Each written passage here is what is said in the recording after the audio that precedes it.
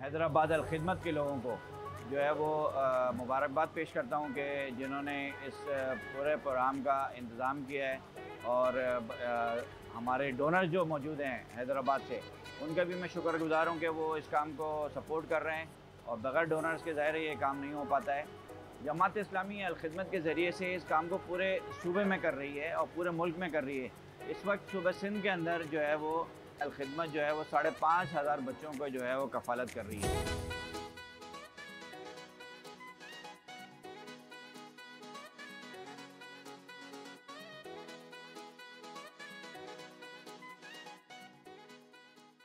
आज इन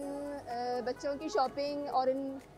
इसके दौरान बच्चों और माँओं के चेहरे पे जो खुशी है उसको देख के जो है वो बहुत अच्छा लग रहा है और महसूस हो रहा है कि इन बच्चों के और माँओं के जो कुछ मसाइल और कुछ जो दुख हैं उसको कम करने में थोड़ा सा हमने अपना हिस्सा डाला है और शुक्रगुज़ार हैं अलखिदमत फाउंडेशन के अलखिदमत फाउंडेशन के प्लेटफॉर्म से हमें ये सआदत हासिल करने का मौका मिला है और इंशाअल्लाह हर साल की तरह से हम आइंदा भी इस काम को करते रहेंगे।